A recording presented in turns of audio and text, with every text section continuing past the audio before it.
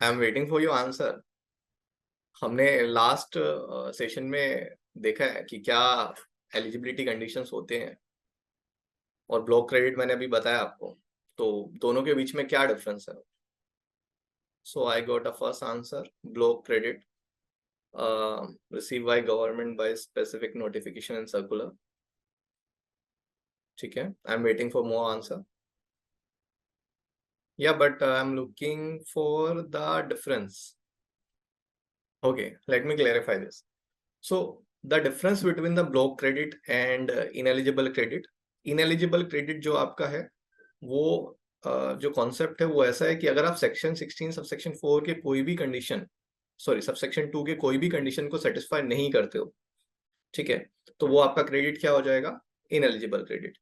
So there are chances कि जहां पे आपका क्रेडिट एलिजिबल होगा, ठीक है, तो हमने कुछ पोस्ट कंडीशन देखे थे ना, कि अगर आपका क्रेडिट फॉर एग्जांपल आज मैंने कोई परचेस किया है, मेरे वेंडर ने गवर्नमेंट को टैक्स भी पे किया है, मेरे पास वैलिड प्रूफ ऑफ डॉक्यूमेंट भी है और सब डॉक्यूमेंट्स है मेरे पास, आज वो वेंडर ने जीएसटीआर 2B में भी दिखा दिया है और मैंने उसका इनपुट टैक्स क्रेडिट भी ले लिया, ठीक है। एंड सब्सिक्वेंटली पोस्ट कंडीशन अगर मैं सेटिस्फाई नहीं करता, पोस्ट कंडीशन क्या थी कि I should make the payment to the vendor within 180 days. So since मैंने विद इन 180 डेज में पेमेंट नहीं किया, तो ये एलिजिबल क्रेडिट क्या बन सकता है? इनएलिजिबल क्रेडिट, ठीक है। तो इनएलिजिबल क्रेडिट का सिंपल सा डेफिनेशन ये है कि कोई भी कंडीशन ऑफ सेक्शन 16 सबसेक्शन 2 की अगर कभी भी वायलेट होती है तो आपका क्रेडिट एलिजिबल से इनएलिजिबल क्रेडिट बन सकता है, ठीक है। एंड ब्लॉक क्रेडिट क्या है कि if all the conditions satisfy of section 16 subsection 2 but still section 17 subsection 5 restrict that ITC, then it will be a block credit. So दोनों में डिफरेंस इतना ही है कि block credit can be eligible input tax credit but it is blocked by the section, ठीक है। ineligible credit means कि if you haven't satisfied any condition lays down in section 16 subsection 2 it will be a ineligible credit. Okay, so हम देखते हैं कि block credit में क्या क्या आता है, ठीक है। सो हम लोग यहाँ पे इन डेप्थ देखेंगे सेक्शन 17 सब सेक्शन में क्या क्या कवर होता है। सो सबसे पहला है motor vehicle and for transportation end of persons, ठीक है।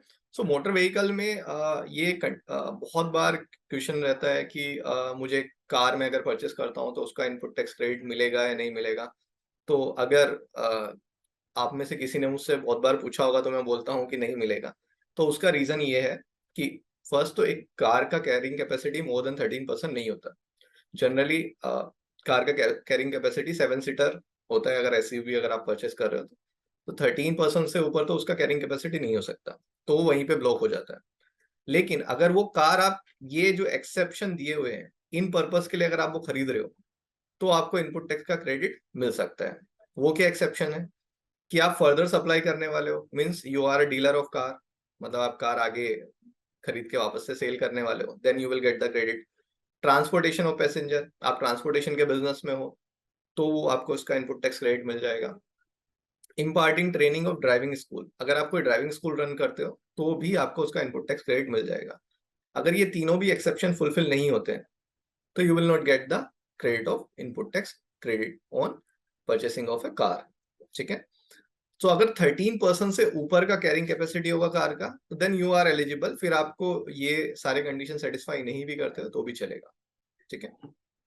But it should be for the business purpose, जैसा कि हमने देखा है कि 17 सेक्शन सब सेक्शन 5 में आता ही तब है जब वो आपने यूज ही बिजनेस पर्पज के लिए किया है, विच मीन्स कि आपने एलिजिबिलिटी की कंडीशन सेटिस्फाई कर ली है, ठीक है।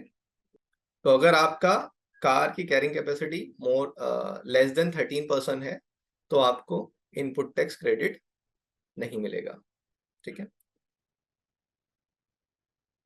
फिर आता है वेसल्स एंड एयरक्राफ्ट। तो वेसल्स एंड एयरक्राफ्ट के लिए भी कुछ एक्सेप्शंस हैं।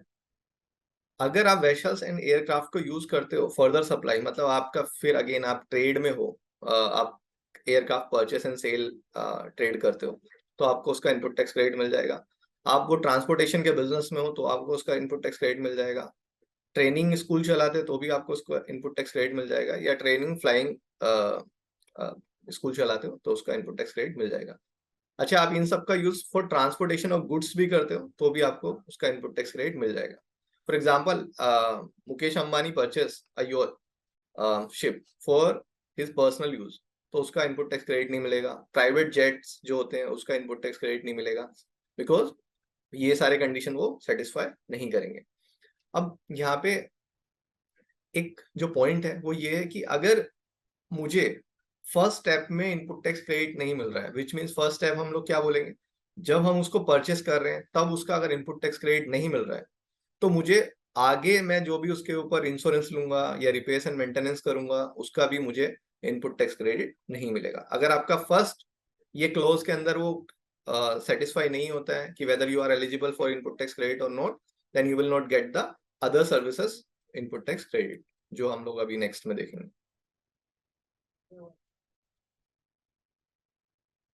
ठीक है, सो किस किस का इनपुट टैक्स क्रेडिट नहीं मिलेगा फर्दर, जैसे हम लोग कार के लिए इंश्योरेंस लेंगे, फिर अगर हमारे कार का आईटीसी नहीं मिला है तो फिर उसके इंश्योरेंस का भी आईटीसी नहीं मिलेगा।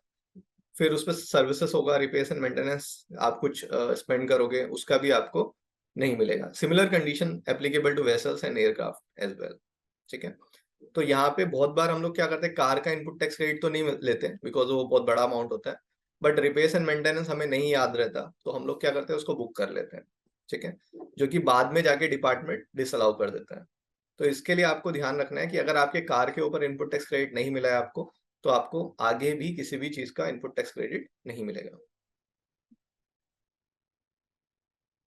Hope this is clear transportation वाला। फिर हम लोग आ जाते हैं food and beverages and outdoor catering. तो इसमें एकदम सिंपल सा है, इसमें किसी भी तरह का फूड एक्सपेंस आप अगर कर रहे हो तो आपको उसका इनपुट टैक्स क्रेडिट नहीं मिलेगा। आप अपने बिजनेस प्रमोशन के लिए फूड एक्सपेंस कर सकते हो, आप अपने कोई स्टाफ के लिए फूड एक्सपेंस कर सकते हो, या फिर आप कोई अपना क्लाइंट मीटिंग के लिए फूड एक्सपेंसेस कर सकते हो। आपको किसी भी तरह के फूड एक्सपेंसेस का इनपुट टैक्स क्रेडिट नहीं मिलेगा। आपको फूड एक्सपेंसेस का इनपुट टैक्स क्रेडिट तभी मिल सकता है जब आप उस बिजनेस में हो, which means you are into a, मतलब you are going to further supply this as a taxable services, then only you will get the input tax credit। अगर आप खुद के स्टाफ, खुद के क्लाइंट या खुद के स्टाफ के कंजम्पशन के लिए फूड यूज मतलब कंज्यूम कर रहे हो, तो आपको उसका इनपुट टैक्स क्रेडिट नहीं मिलेगा। ये सबसे बड़ी प्रॉब्लम क्या आती है, हम दिवाली पे स्वीट्स वगैरह परचेस करते हैं जो हम लोग हमारे स्टाफ को डिस्ट्रीब्यूट करते हैं या हमारे वेंडर्स को डिस्ट्रीब्यूट करते हैं, तो वो टाइम पे उसका इनपुट टैक्स क्रेडिट नहीं मिलेगा। वेर एज हम लोग बहुत होलसेल में परचेस करते हैं तो उसका बिल भी आता है विद जीएसटी, तो generally we book as input tax credit. तो उस केस में आपको इसका इनपुट टैक्स क्रेडिट नहीं मिलेगा, तो आप इसको बुक करते time ineligible input tax credit में बुक करिए, बिकॉज डिपार्टमेंट बोलता है आप जब GSTR 3B फाइल करते हो तो आपको सेपरेट बताना है अपने GSTR 3B में कि कितना आपका एलिजिबल इनपुट टैक्स क्रेडिट है for that particular month and कितना इनएलिजिबल क्रेडिट है फॉर दैट पर्टिकुलर मंथ। अगर आप नहीं दिखाओगे तो department will never get to know कि how much input tax credit you have disallowed.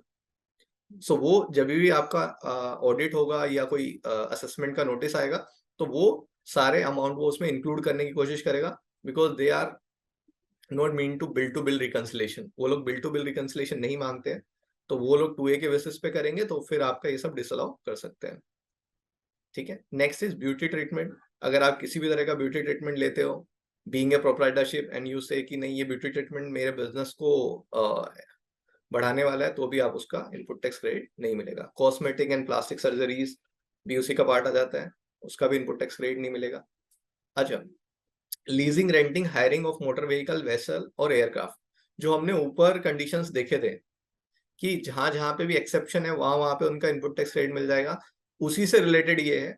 अगर वहां पे आपको उसका इनपुट टैक्स क्रेडिट नहीं मिल रहा है, if you have purchase for yourself, अगर आप वो खुद के लिए परचेस मतलब जहां पे वो ब्लॉक्ड है, अगर आप उसको परचेस करते उसका क्रेडिट तब आपको नहीं मिला, तो अगर आप उसको लीज भी करते हो तो भी उसका इनपुट टैक्स क्रेडिट आपको नहीं मिलेगा। ठीक है, तो यहाँ पे एक और क्वेश्चन है, leasing rent, leasing of motor vehicle. Generally as per the हमारा जो लेबर एक्ट है उसके हिसाब से अगर कोई भी वुमेन आफ्टर 9 PM अगर वो जॉब वर्क प्लेस पे काम करती है, तो इट इज एम्प्लॉयर रेस्पॉन्सिबिलिटी कि आप उसको डोर टू डोर ये कैब का फैसिलिटी देना चाहिए, since it is obligation by the law. ठीक है, ये उसकी एम्प्लॉयर नहीं कर रहा है, it is an obligation by the law. तो जब भी ऑब्लिगेशन लॉ के थ्रू ऑब्लिगेशन होती है तो उसका इनपुट टैक्स क्रेडिट मिल जाता है, बिकॉज उसमें उसके पास चॉइस नहीं है कि वेदर उसको ये करना है या नहीं करना है। तो अगर ये ऑब्लिगेशन है तो उसको इनपुट टैक्स क्रेडिट मिल जाएगा। ठीक है, next is life insurance and health insurance. It is बहुत जनरल है कि एम्प्लॉयर अपने स्टाफ के लिए लाइफ इंश्योरेंस निकालते हैं, तो उस केस में उसका इनपुट टैक्स क्रेडिट नहीं मिलता है। ये तभी मिल सकता है जब आपके लिए ऑब्लिगेशन हो। ऑब्लिगेशन क्या था, एमएचए का गाइडलाइंस था, मिनिस्ट्री ऑफ होम अफेयर का, at the time of Covid, only for 1 year, if you want to open your office then you have to first take the health insurance of your staff, then only you can open your office. So वो case में आपको इसका input tax credit मिल रहा था particular that year only, because that time it was an obligation for an employer to avail this services for their staff. Okay, तो since ये कोई ऑब्लिगेशन नहीं है तो इसके लिए आपका इसको इनपुट टैक्स क्रेडिट नहीं मिलेगा।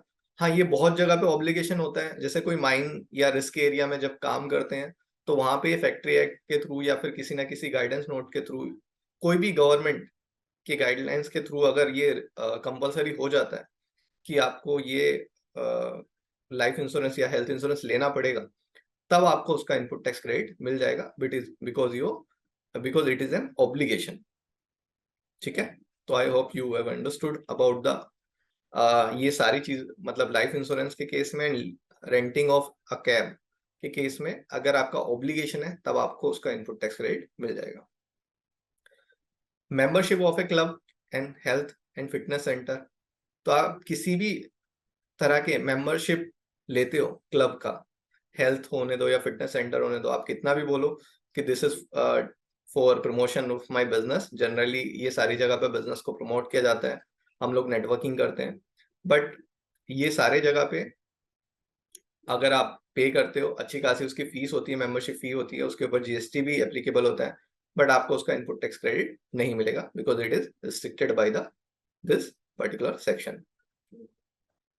ठीक है, travel benefit extended to employees, this is कि when there is a leave travel allowance, so you must have heard about this leave travel allowance.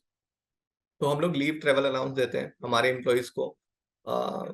I guess as per income tax it is compulsory to give 1 in 4 year or 2 year. I am not expert in income tax, but leave travel allowance जब भी हम देते हैं हमारे employees को, तो उसमें जो ट्रेवल बेनिफिट्स वो जो बिल सबमिट करते हैं उसके ऊपर का भी इनपुट टैक्स क्रेडिट हमें नहीं मिलेगा। तो ये हमारा अभी और भी है इस सेक्शन में। अगर इस पर्टिकुलर स्लाइड्स के रिलेटेड अगर आपको कोई क्वेरी है तो मैं यहीं पे आंसर उसको दे दूंगा, बिकॉज अगर हम लोग आगे चले जाएंगे तो फिर आगे दूसरा टॉपिक है। तो अगर आपके कोई भी क्वेरीज है, I will wait for 1 minute, if you want to you can post in chat box.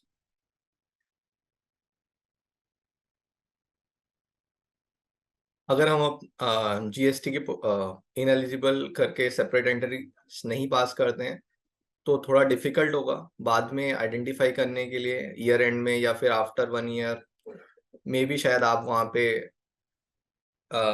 वो पोजीशन पे ना हो या फिर कोई और कंसल्टेंट हो, तो ये डिफिकल्ट हो जाएगा समझने के लिए कि कौन सा इनपुट टैक्स क्रेडिट हमने नहीं लिया है। तो इट इज़ बेटर कि आप वो एंट्रीज पास करें और जब भी आपका मंथ एंड होता है तब आप वो थ्रू जेबी और समथिंग आप उसको एक्सपेंस लेजर में लेके जा सकते हो। तो इट इज़ बेटर, मतलब बेस्ट प्रैक्टिस होगा अगर आप जीएसटी के सेपरेट एंट्रीज पास करते हो। तो eligibility of input tax credit on lodging and boarding of sales person for sales promotion। देखिए ये eligibility of input tax credit मैंने अभी भी बोला है कि सेल्स पर्सन के लिए जब भी वो ट्रेवल करता है, अगर वो फॉर एग्जांपल फ्लाइट वगैरह से ट्रेवल कर रहा है तो this is for business purpose, ये उसके पर्सनल पर्पस के लिए नहीं है। लेकिन बोर्डिंग के केस में एक इशू ये होता है कि अगर वो महाराष्ट्र के बाहर जाके स्टे करता है तो उस केस में होटल वहाँ उस पर्टिकुलर स्टेट का सीजीएसटी एसजीएसटी चार्ज करता है, तो आपको उसका इनपुट टैक्स क्रेडिट नहीं मिलता है। तो अगर आपका employee within Maharashtra stay कर रहा है तो आपको उसका इनपुट टैक्स क्रेडिट मिल जाएगा। चलिए जी आगे चलते हैं।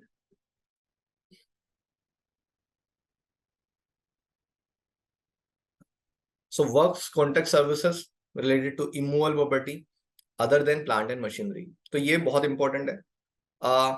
ये पर्टिकुलर पॉइंट के ऊपर काफी सारा हाई कोर्ट सुप्रीम कोर्ट में डिबेट चल रहा है कि जब भी फॉर एग्जांपल मैं एक सिंपल सा एग्जांपल बताता हूँ, एक होटल है, जब वो कंस्ट्रक्शन करते हैं तो बिकॉज होटल तो फर्दर सप्लाई करने ही वाला है वहां से, तो उस केस में वो लोग लड़ रहे हैं सुप्रीम कोर्ट से कि इसमें उनको इनपुट टैक्स क्रेडिट मिलना चाहिए। बट पर्टिकुलर स्पेसिफिकली सेक्शन में लिखा हुआ है कि अगर आप कोई भी वर्क्स कॉन्ट्रैक्ट सर्विस करते हो related to the immovable property, you will not get the input tax credit except if you are not supplying as a further supply। अगर आप ये फर्दर सप्लाई में हो, फॉर एग्जांपल आप कोई बिल्डर हो, फिर आप उसको आगे फर्दर सप्लाई करने वाले हो, आपने किसी कॉन्ट्रैक्टर को बोला कि आप ये बिल्डिंग बना के दो and then you are going to sell it, then you are eligible to take input tax credit. But if you are constructing for yourself और if you have given the contract to use for yourself, then आपको उसका input tax credit नहीं मिलेगा। इसमें एक और चीज है जो मैं आपको बोलूंगा कि जब भी आप ये वर्क्स कॉन्ट्रैक्ट, अगर आप कोई फैक्ट्री वगैरह बना रहे हो और वो फैक्ट्री में क्या होता है, बड़े बड़े मशीन्स होते हैं, उनकी फाउंडेशन बनाने के लिए भी सिविल वर्क किया जाता है। तो उस केस में आप हमेशा अपने आर्किटेक्चर से बोल के एक सेपरेट सर्टिफिकेट ले लीजिए। वो सेपरेट सर्टिफिकेट में मेंशन होगा कि कितना बिल्डिंग का पार्ट फाउंडेशन के लिए यूज किया गया है, so that you can avail the input tax credit to that extent. Because income tax के हिसाब से जो भी फाउंडेशन होती है वो मशीन को, तो वो कैपिटलाइज प्लांट एंड मशीनरी में ही होती है, वो बिल्डिंग लैंड एंड बिल्डिंग का पार्ट नहीं माना जाता। सिंस वो लैंड एंड बिल्डिंग का पार्ट नहीं माना जाता तो उस पर इनपुट टैक्स क्रेडिट डिसअलाउ नहीं होगा। आपको करना क्या है, कॉम्पिटेंट अथॉरिटी से सर्टिफिकेट लेना है कि कितना इसमें पार्ट पर्टिकुलर ये इसके लिए है, foundation of the plant and machinery. तो गुड्स और सब फिर नेक्स्ट है सेक्शन 10 क्या बोलता है, composition supplier.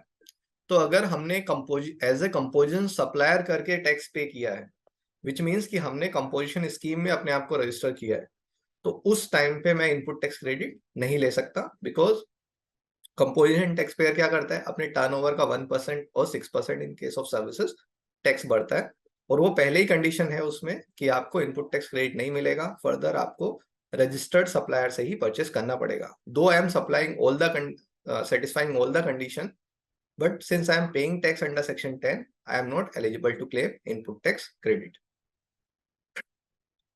Next is goods or services or both received by a non-resident taxable person। तो नॉन रेसिडेंट टैक्सेबल पर्सन क्या होता है, फॉर एग्जाम्पल कभी आपने GoDaddy या फिर लिंक्डइन के थ्रू कोई सर्विसेज अवेल किए होंगे, तो वो लोग क्या करते हैं, आपको उनका जो जीएसटी नंबर होता है वो 99 से स्टार्ट होता है, which means they are registered as a non resident taxable person.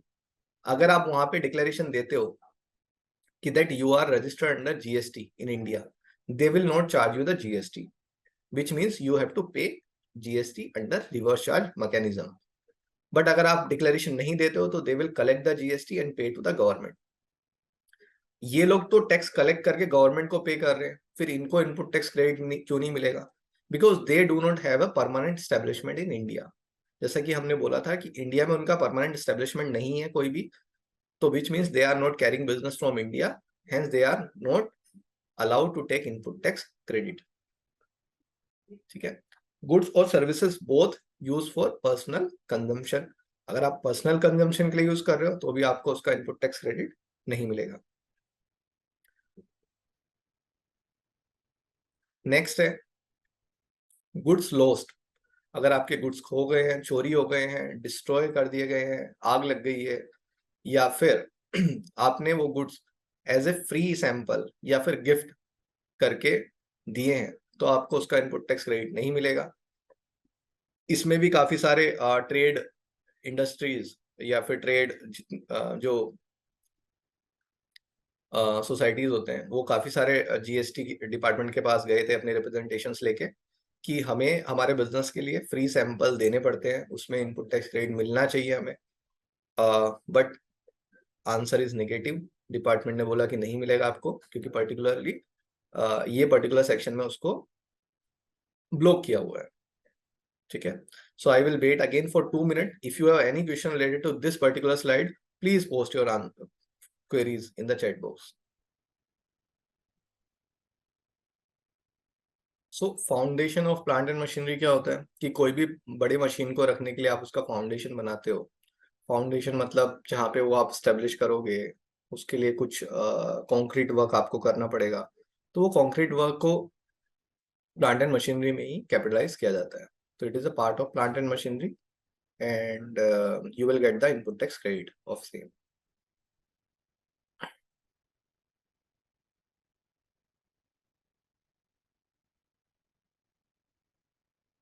ठीक है, सो हमारा जो फर्स्ट सेशन था वो पूरा का पूरा इस पर्टिकुलर सेशन में, फर्स्ट सेशन हमारा ब्लॉक क्रेडिट के ऊपर था। सेकंड सेशन ऐसा है कि यहाँ पे हम लोग देखेंगे रिवर्सल्स।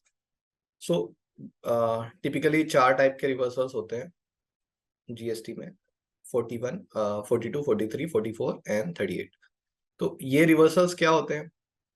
मैंने फर्स्ट 42, 43 को साथ में क्यों रखा है, बिकॉज वो दोनों एक ही कोड से रिलेटेड है। 42, 43 कब एप्लीकेबल, अच्छा रिवर्सल्स क्या होते हैं वो भी मैं बता देता हूँ आपको। रिवर्सल्स होते हैं कि आपने इनपुट टैक्स क्रेडिट क्लेम कर लिया, लेकिन आपका जो सप्लाई का रेशियो है वो टैक्सेबल और एग्जेम्प्ट हो सकता है। ठीक है, तो उसमें आपका जो सप्लाई का रेशियो है वो टैक्सेबल भी हो सकता है, आप एग्जेम्प्ट सप्लाईज में भी हो सकते हो। तो अगर आप ऐसे किसी बिजनेस में हो जहां से आप टैक्सेबल सप्लाईज भी देते हो और एग्जेम्प्ट सप्लाईज भी देते हो, तो उस केस में ये दोनों रूल 42 एंड 43 एप्लीकेबल हो जाते हैं। यानी कि इसके थ्रू आपको आईटीसी को रिवर्सल करना है। अच्छा, कॉन्सेप्ट ये है इसका कि अगर कोई सप्लाई आगे चल के टैक्स टैक्स फ्री होने हो रही है या एग्जेम्प्ट है, तो उसके पीछे की जितनी भी सप्लाईज हैं उसका आपको इनपुट टैक्स क्रेडिट नहीं मिलेगा। बिकॉज इनपुट टैक्स क्रेडिट क्या है, उसका जो वर्डन होता है वो आपको शिफ्ट करना होता है अप टू द कंज्यूमर।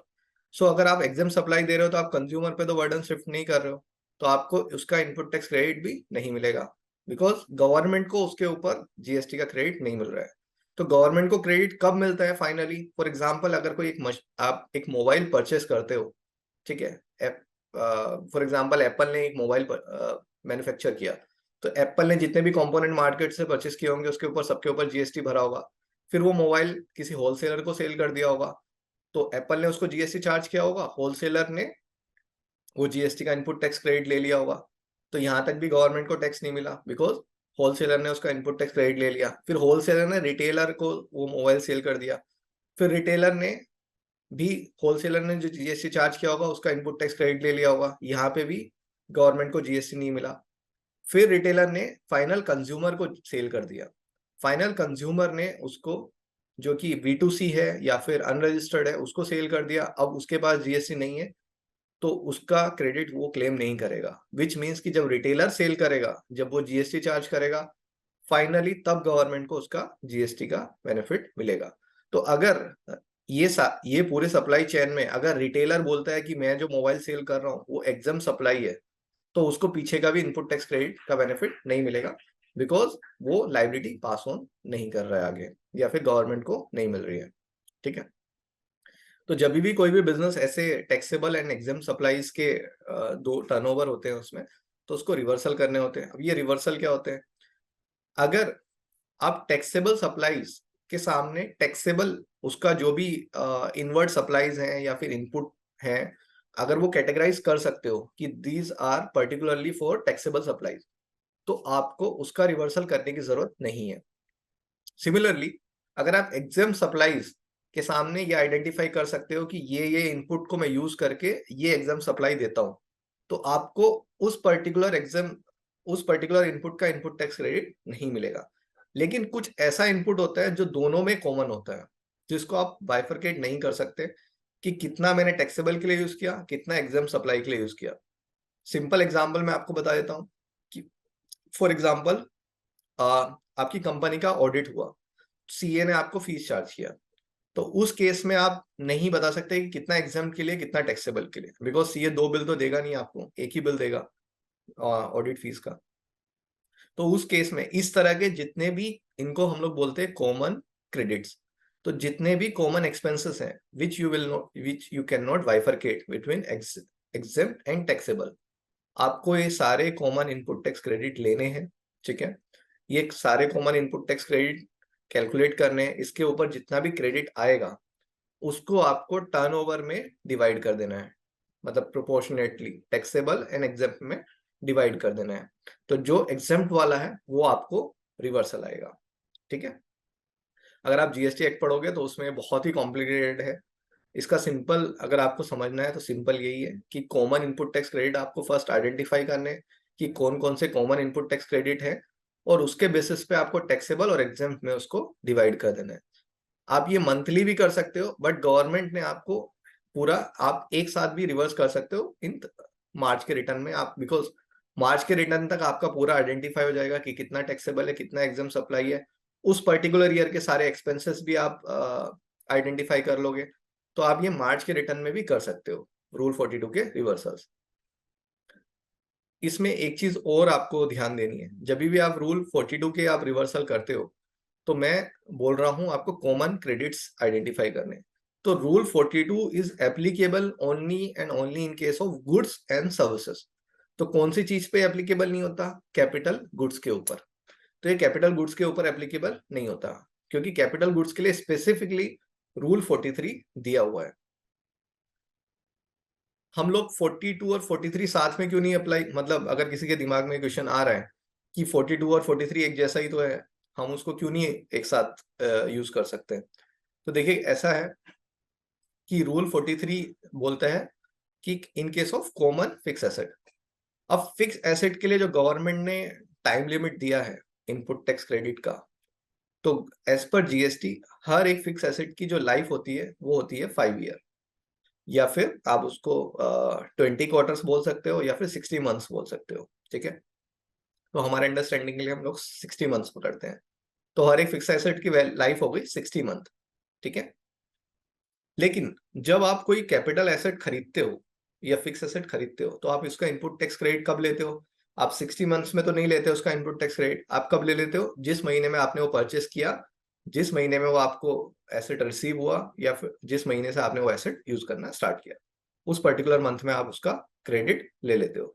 ठीक है, लेकिन गवर्नमेंट ने तो क्या बोला है आपको कि फिक्स, आपके फिक्स एसेट का लाइफ कितना है? 60 मंथ। तो आपको वो एसेट को, आपने गवर्नमेंट को एक डिक्लेरेशन दिया है, notional declaration, that you will going to be use this particular fix asset for 60 month for taxable supplies. So ये 60 महीने में किसी भी महीने में आप एग्जाम सप्लाई देते हो उस पर्टिकुलर फिक्स एसेट से। फॉर एग्जाम्पल आपके पास 10 फिक्स एसेट है, उसमें से आपको पता है कि 8 फिक्स एसेट मेरे टैक्सेबल सप्लाईज के लिए यूज होते हैं, एक फिक्स एसेट मेरे एग्जाम सप्लाई के लिए यूज होता है, लेकिन एक फिक्स एसेट ऐसा है जो दोनों के लिए यूज होता है, तो आपको सिर्फ ये जो दोनों के लिए यूज होता है इसी पे ये रूल 43 अप्लाई करना है। अब ये रूल 43 अप्लाई कैसे करना है कि जब भी आपने वो एसेट खरीदा, उसके ऊपर जितना भी आपको इनपुट टैक्स क्रेडिट मिला, आपको उसको 60 मंथ्स में डिवाइड कर लेना है। फॉर एग्जाम्पल आपने कोई फिक्स एसेट खरीदा जिसके ऊपर आपको 60,000 रुपए का इनपुट टैक्स क्रेडिट मिला, तो आपको उसको 60 मंथ्स में अगर आप डिवाइड करोगे तो कितना हो गया? हर पर्टिकुलर मंथ के लिए आपका 1000 क्रेडिट हो गया। ओके, तो सिंस ये जो है, जो टैक्सेबल और जो एग्जाम सप्लाई है, ये तो फ्यूचरिस्टिक टर्म है, 60 महीने फ्यूचर की बात की गई है। आपको आज तो पता नहीं है कि कितना मुझे इनपुट टैक्स क्रेडिट, मेरा कितना फिक्स एसेट हो, मतलब कितना टैक्सेबल सप्लाई होगा और कितना एग्जाम से सप्लाई होगा, तो इसलिए इसको 60 महीने में डिवाइड कर दिया। ठीक है, तो फॉर ए पर्टिकुलर मंथ, अभी हम लोग ले लेते हैं अगस्त मंथ। अगस्त मंथ में मेरा टोटल 100 रुपीज का टर्नओवर हुआ, वो 100 रुपीज के टर्नओवर में 90 रुपीज मेरा टैक्सेबल सप्लाई है और 10 रुपीज मेरा एग्जेम्प्टेड सप्लाई है। तो ये जो पर्टिकुलर एसेट था, जो जिसके ऊपर हमें 60,000 का इनपुट टैक्स क्रेडिट मिला था, जो कि मंथली आ रहा है 1000 रुपीज, तो हम 1000 के सामने ये रेशियो लगा देंगे कि 10% हमारा एग्जाम सप्लाई है, तो 1000 का 10% हो गया 100 रुपीज, तो आपको 100 रुपीज का इनपुट टैक्स क्रेडिट उस पर्टिकुलर मंथ में अंडर रूल 43 डिसअलाउ करना है, ठीक है। लेकिन इसमें और एक ट्विस्ट है कि जब आप ये रिवर्सल 100 रुपीज का रिवर्सल करोगे तो आपको जितने महीने पहले आपने इनपुट टैक्स क्रेडिट लिया था उतने महीने का आपको इंटरेस्ट भी पे करना पड़ेगा at a rate of 18% per annum. तो फॉर एग्जाम्पल आपने कोई आज एसेट खरीदा है, लेकिन 4 साल बाद अगर आप वो एसेट से टैक्सेबल और एग्जाम सर्विसेज देते हो, एग्जाम सप्लाईज देते हो, तो आपको रेशियो लगाना पड़ेगा और उतना इनपुट टैक्स क्रेडिट रिवर्स करना पड़ेगा टू दैट प्रोपोर्शन, और उस पर इंटरेस्ट भी भरना पड़ेगा, ठीक है। किसी पर्टिकुलर मंथ में आपने कोई एग्जाम सप्लाई नहीं दी तो आपको कोई रिवर्सल नहीं आएगा। जिस जिस महीने आपको टैक्सेबल और एग्जाम सप्लाई आएंगी आपको उस महीने में इसका प्रोपोर्शन लगाना है और रूल 43 में रिवर्सल करना है एंड विद इंटरेस्ट, ठीक है। तो rule 43 is applicable only in case of fix asset, rule 42 is applicable in case of input and input services. तो इनपुट 3 चीजों में डिवाइड होता है, एक input on goods, input on services and input on capital goods. तो first 2 के लिए input on goods and input on services is 42, and for last यानी कि इनपुट ऑफ कैपिटल गुड्स उसके लिए 43 आता है,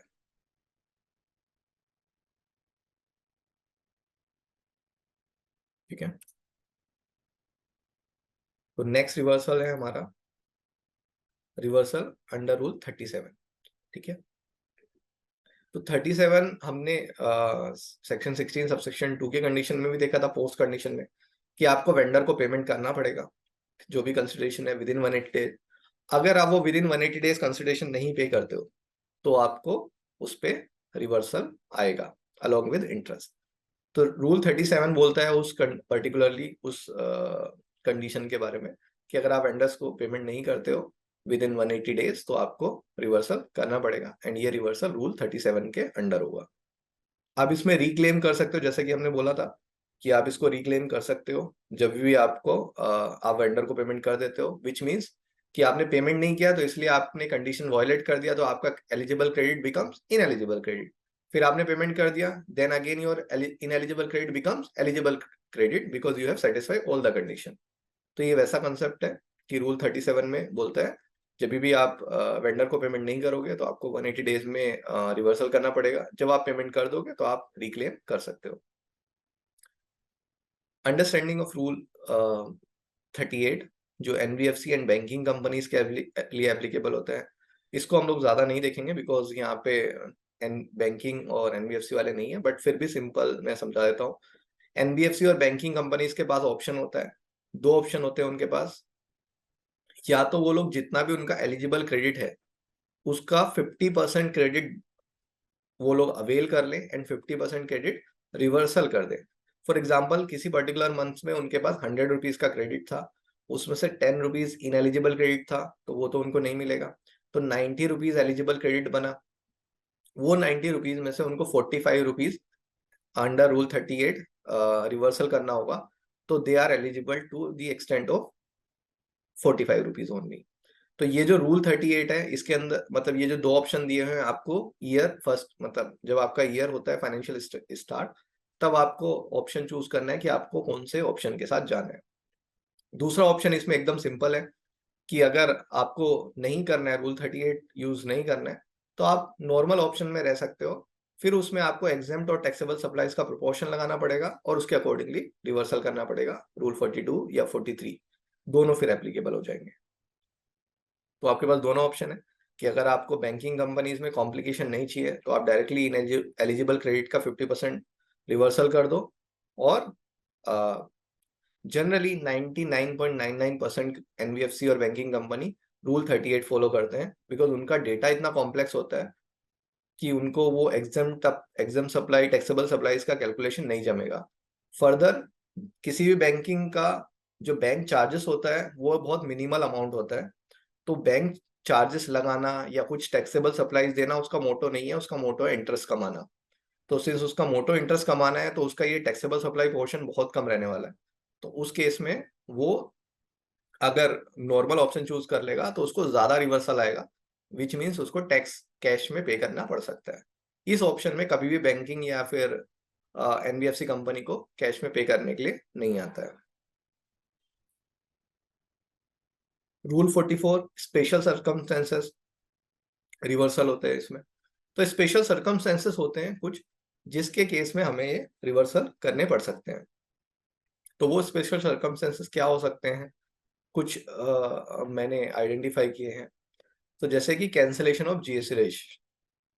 फॉर एग्जांपल आपका जीएसटी रजिस्ट्रेशन कैंसिल हो गया, आपके पास स्टॉक है गुड्स का, ठीक है, आपके पास बहुत सारा गुड्स का स्टॉक है, आपने फिक्स एसेट भी परचेस किए थे जिसमें आपने एक जैसा कि मैंने बोला कि एक नोशनल डिक्लेरेशन दिया था that you are going to use it for 60 month and you are going to supply taxable services, ये टैक्सेबल सप्लाईज। तो सिंस आपका रजिस्ट्रेशन कैंसिल हो गया, तो आपका जो ये स्टॉक है और जो ये फिक्स एसेट है, ये इसका आप क्रेडिट आपका क्या हो जाएगा, रिवर्सल करना पड़ेगा अंडर रूल 44। जनरली अभी डिपार्टमेंट कैंसिल कर देता है बट ये पर्टिकुलर रूल को इन्वोक नहीं करता है, बट जल्दी आप देखोगे कि डिपार्टमेंट ये रूल भी इन्वोक कर रहा होगा और रिवर्सल करने के लिए बोलेगा फिक्स एसेट और ये स्टॉक के ऊपर, ठीक है। तो फर्स्ट था कि जीएसटी नंबर कैंसिल हो गया। दूसरा है कि आप बिजनेस क्लोज कर रहे हो। बहुत बार ऐसा होता है कि हम लोग बिजनेस क्लोज करते हैं और फिर कोई नया बिजनेस स्टार्ट करते हैं। तो जब भी आप बिजनेस कोई क्लोज करना चाहते हो तो आप देख लीजिए आपके इनकम टैक्स बैलेंस शीट में या फिर आपके पास कोई स्टॉक तो नहीं है। अगर आपके पास कोई स्टॉक है तो आपको उसका जीएसटी का क्रेडिट रिवर्सल करना पड़ेगा, ठीक है। या आपको वो भी देखना है कि आपने कोई फिक्स एसेट तो नहीं खरीदा था जिसका आपने इनपुट टैक्स क्रेडिट लिया है। अगर ऐसा है तो आपको वो रिवर्सल करना पड़ेगा। Further supply become non taxable. For example आपने कोई बिजनेस चालू किया, जब आपने बिजनेस चालू किया तभी वो सप्लाईज टैक्सेबल थी, आपके पास स्टॉक भी है, आपके पास फिक्स एसेट भी है, और आगे फ्यूचर में कोई नोटिफिकेशन के थ्रू वो सप्लाई नॉन टैक्सेबल हो जाती है, तो उस केस में भी आ, आपको ये जो आईटीसी है उसका आपको रिवर्सल करना पड़ेगा, ठीक है। फिर आपने स्कीम चेंज कर दिया, आप रेगुलर टैक्स पेयर से आप कंपोजिशन स्कीम में चले गए। अगर उस टाइम भी आपके पास कोई स्टॉक है, सिंस कंपोजिशन टैक्स पेयर को जीएसटी का क्रेडिट का इनपुट नहीं मिलता है तो उसको वो भी रिवर्स करना पड़ेगा, because composition tax payer is always issue a bill of supply rather than taxable invoice. तो वो कभी भी जीएसटी चार्ज कर नहीं सकता सामने वाले से, तो उसको ये इनपुट टैक्स क्रेडिट भी नहीं मिलेगा स्टॉक का, जो भी स्टॉक उसके पास रहता है जिस दिन वो कन्वर्ट कर रहा है अपने बिजनेस को कंपोजिशन स्कीम में।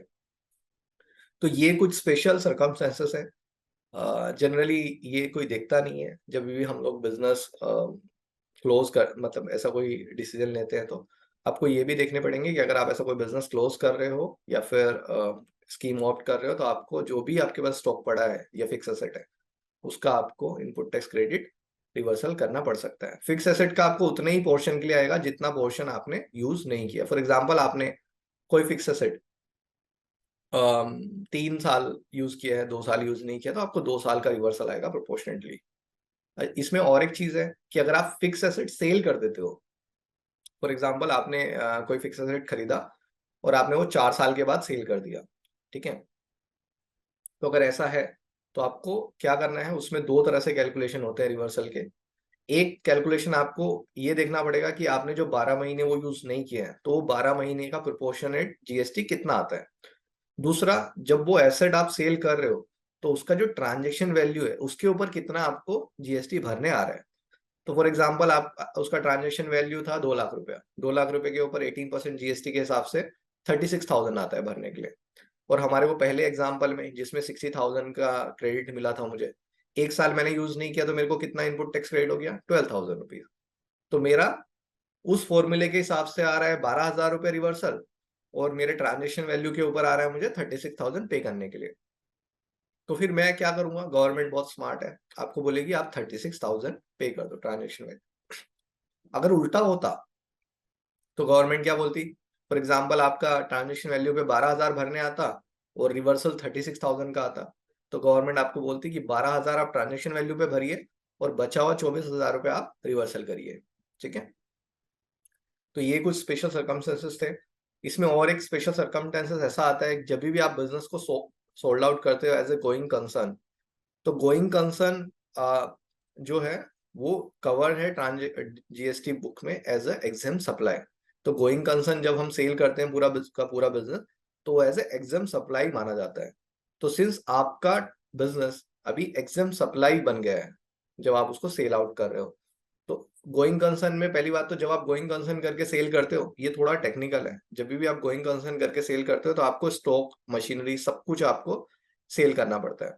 तो उसमें आपका स्टॉक भी हो सकता है, फिक्स एसेट भी हो सकता है अभी, लेकिन जब आप सेल कर रहे हो तो आपका टैक्स फ्री जा रहा है, यानी कि एग्जाम्स करके जा रहा है। तो उस केस में आपको रिवर्सल आ सकता है। ये काफी लिटिगेशन का पॉइंट है, बट ये as per this rule it is, since it is exempt supply, then you are liable to reverse the input tax credit। ठीक है, तो ये हमारा जो सेशन था ब्लॉक क्रेडिट एंड रिवर्सल्स पे, वो यहाँ पे खत्म होता है। आपके जो भी क्वेरीज हैं आप पोस्ट करिए, ताकि मैं उसका आंसर दे सकूं।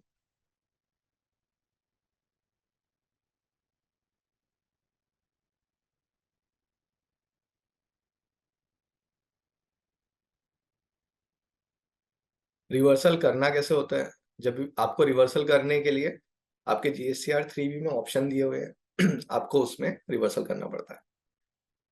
अगर आप जीएसटीआर 3B में रिवर्सल करना भूल गए वो पर्टिकुलर फाइनेंशियल ईयर में, तो आप एनुअल रिटर्न फाइल करते टाइम वहाँ पे एक टेबल होता है, उसके अंदर ये सारे रिवर्सल्स दिखा सकते हो, और उसका पेमेंट वॉलेंटरली पेमेंट करके, DRC03 एक कॉन्सेप्ट है, उसके थ्रू आप पेमेंट कर सकते हो।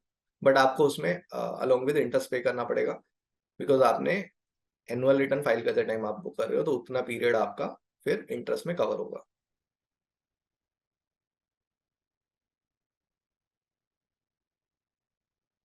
If anybody wants to unmute yourself and want to ask the query, you can. Now you can unmute yourself.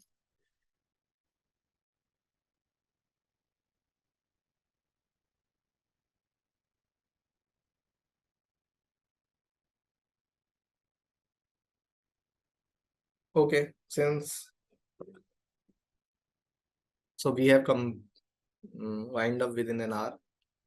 So join for the next session, which is on reconciliation part. ठीक है? Thank you for listening me so patiently. Yeah, bye.